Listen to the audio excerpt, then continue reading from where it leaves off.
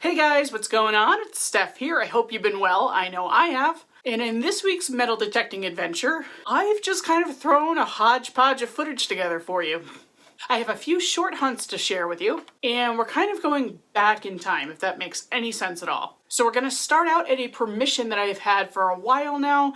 I spent a lot more time talking to the permission owners than I did detecting, but I did manage a couple of cool finds. And that footage is from like this past weekend, so it's pretty recent. Then we're going back another week where I had a really nice hunt with my friend Mark at an 1869 permission. And lastly, we will go back a few weeks where I met up with my friend Patrick to try out a field on one of his permissions that we've never been to before. And I definitely 30-second cursed myself on that one, so that's why we're leaving that bit till the end. So there you have it. That's the synopsis for this week's video. Before we hop in, 2 pieces of business. As always, and an ever-present reminder, I sell metal detecting equipment, so if you need anything from a detector to a pinpointer to digging tools, etc., hit me up at stefdigs@gmail.com, or you can find me on Facebook as well. Second order of business. We're gonna do every other week for the next few weeks on my videos. Reason being, I've got a couple of rallies to attend, and both of them land on possible travel days of Fridays. So I know I can upload these videos earlier than that, but frankly, I just like doing everything on Friday. Not to mention, I haven't gotten my coil over a whole lot in the last couple of months, and that's kind of more the reason. I really need some time to get out and dig and get some great footage for you. So this coming Friday, we're not going to have a video. I'm actually going to be traveling to New York for a seated hunt that the Digger's Den is sponsoring. So I'm going to be bringing a whole bunch of goodies for them. The week after that, October 1st, I will put out a video. And then October 8th, well, a lot of you know I'm going to be really tied up at Dig Stock. Hope to meet many of you there. And after that, I do expect to go back to our regularly scheduled programming, which is every Friday, somewhere around 8 o'clock if you're unfamiliar with the channel and this is your first time here. So that's quite enough business. Let's hop in. Okay, well, it's the middle of the afternoon. Nice cool day, at least seasonably cool. And I'm at one of my permissions. You can't really tell, but this is a big dip where a huge tree was taken out. The property owner just showed it to me. And it's the same as this tree, which I cannot remember the name of right now. But in any case, he said, you know what, maybe you should detect like near here. I did, and I got a really solid 19 no doubt digger of a signal. It's right down here. I haven't looked at it yet at all, so for all I know it's a Zincan, but it could be an Indian, which is what I'm hoping with those numbers. And yep, that's what it is. Sweet, okay. What do we have for a date? Looks to be in decent shape. 1870 something maybe? Huh. Alright, let me clean that up. I'll come back. Well, I do believe that it's an 1870. It might be an 1879 and I just can't see it. I'm not sure. 1870 might be a semi-key date because I don't see those dug a lot and I've certainly never dug one. Let's see. Reavers should clean up very well. I think this is going to clean up pretty well in general, so happy with that. All right, back with you on the next. Well, I'm still putzing around in this part of the property. I haven't really touched much before. I am about maybe 100 feet from the last Indian I dug. Pretty sure this is going to be another one. Solid 19 signal, and I have a coinage right there. Haven't looked at it yet, so let's hope that's what it is. Yep, whoa, look at that. That's a nice one. What do we have for a date? Let's see. I can't really tell you. 1907. I don't know why, but it's so hard to see dates on Indians in particular through my viewfinder. So I'll come right back after it's brushed off. Okay, well, there's that really nice reverse that just wiped right clean. And we have a date of 1885. I'm actually not sure if I've dug that date before. I know I just said that about the 1870, which I am positive I've never dug before. But 1885, I'm not sure. Looks like it's going to be in great shape once it's cleaned up. So that's good. Hopefully we'll get on even older coins today, but we'll see. Sun's starting to go down, so I only have maybe a couple of hours. We'll see what we can find.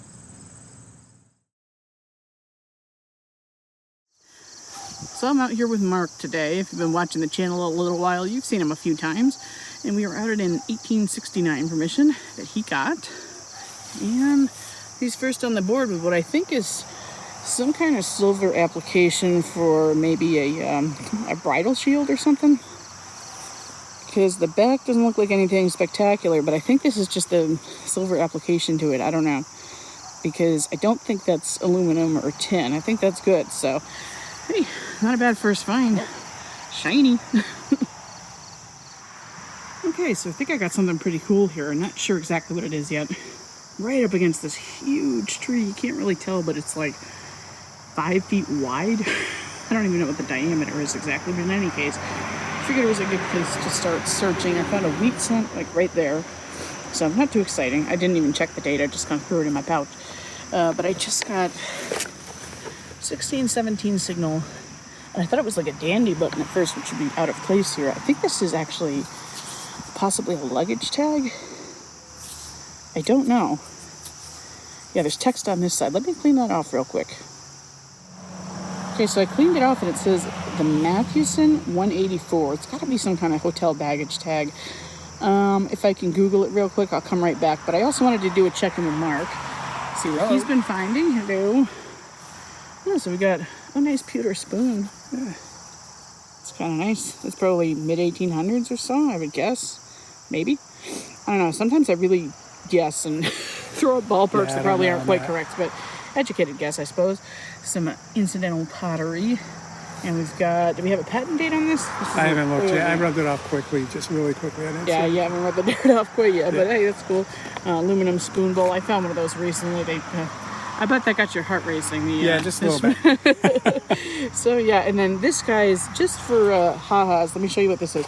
If you find this, it's not as cool as you think. It is actually part of a dog tie-out. And it's commonly, thrown up in the ID Me group on Facebook. A lot of people don't know what these are. And I don't know why they break exactly where they do, but that's what it is if you ever find one. So the more you know. But anything else to report right now? Nothing yet. All right. Back to the luggage tag real quick.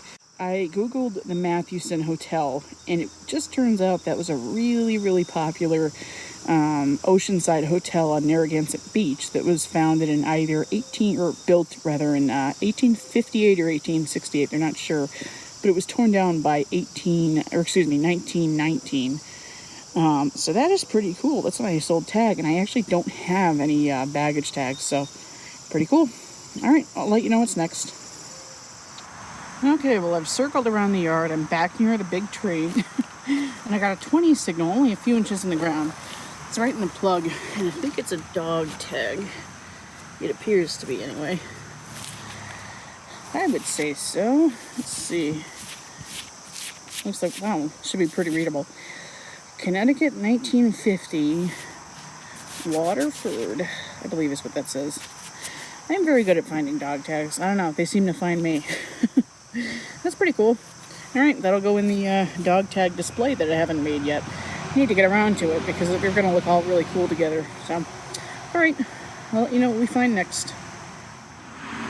Okay, well, you guessed it. I'm back at the big tree again. Not a super exciting find, but it rang up really nice. It was like a 21, 22, 6 inches down.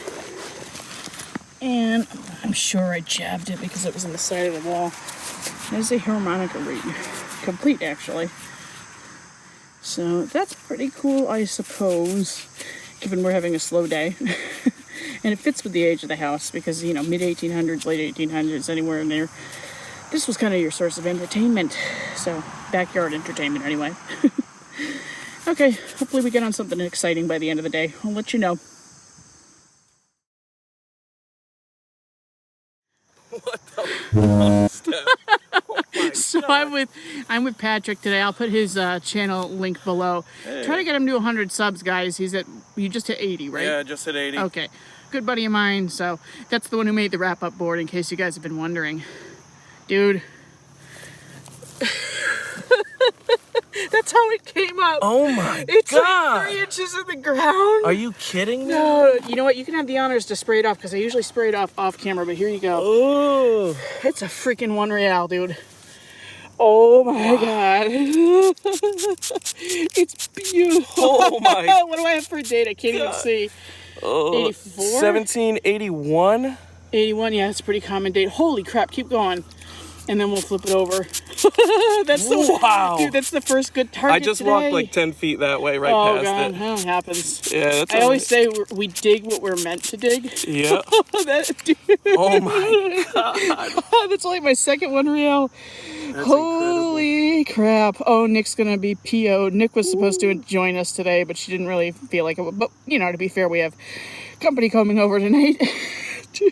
Wow. 1781, 1 real, Carlos III. That's stupid. That's crazy. really stupid. I can't right now. It was like a 24 to 26. It was pretty much a 26. And I'm like, maybe it's a piece of can slot because I've been digging a lot of junk out here, but I need to process this. I gotta go for a little while, so we'll be back with you. We think there may have been.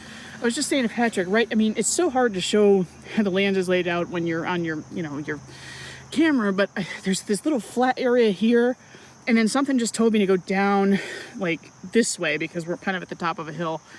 Holy crap.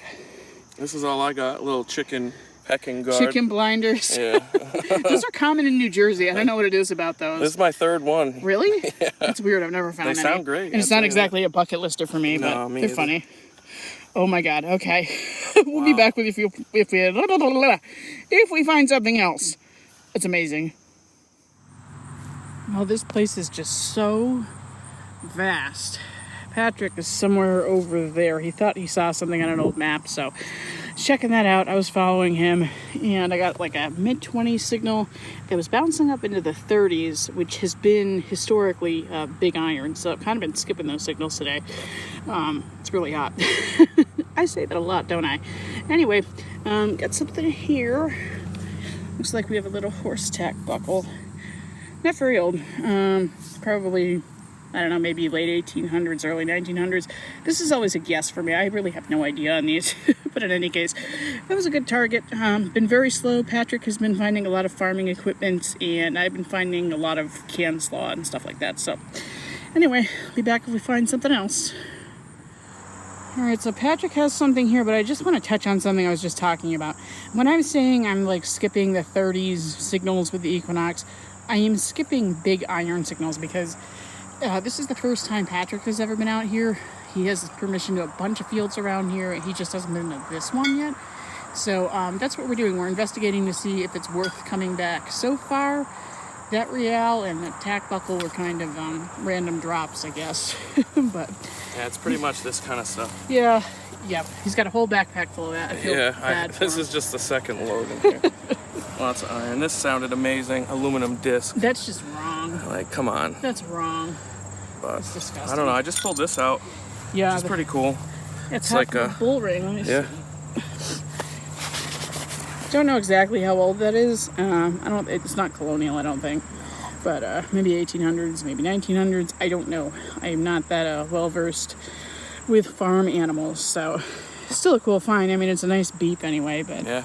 it's a little bit of a letdown. He said this was like straight up in the Yeah, up and down on it the ground, sounded, so it's a like, nice tight incredible. signal. Oh, I was just coming over to the shade because it's starting to get pretty brutal out. And, Yeah, we're gonna call it a day soon. I think so far consensus is it's probably not worth coming back here because we haven't found a whole lot, but we'll see. Yeah.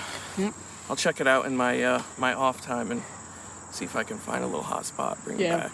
It's probably right back where the Real was, and Yeah, we just yeah. booked it this whole field.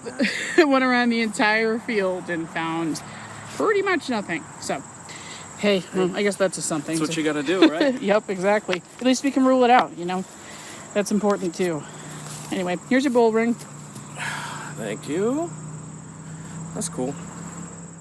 So, I guess you can probably see why I saved the Real until the end. I like to save the best for last, and although chronologically that came first out of all the bits of footage that I just shared, I really wanted to save it until the end. You guys know how much I love Spanish silver, at least I hope you do. It's my favorite type of coinage to dig, and I just had a blast with Patrick that day, even though we didn't find a whole lot. And obviously, I had a great time with Mark as well. So without further ado, let's take a quick look at my more notable finds. Okay guys, really quick wrap up today. I'm going to keep making these shorter and shorter and maybe eventually non-existent because, I don't know, not many people watch them. And to be honest, I don't really watch other people's either. So let's go over it. We have our harmonica reed, that tack buckle towards the end of the video. Pretty cool dog license there, and I just kind of wanted to go over this because I wanted to show you how I clean things up, specifically this and that.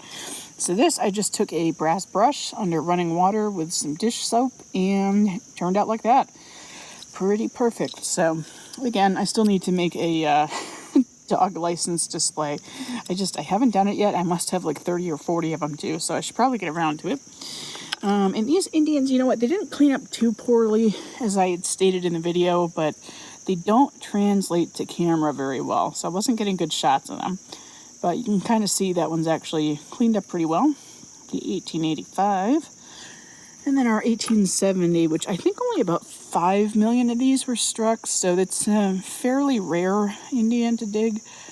But yeah, it's just kind of like mottled green and black all over the place, so reverse came out pretty nice though. All right. This, I wanted to note how I cleaned this one. So again, just like with the dog license, I did a brass brush under running water with dish soap.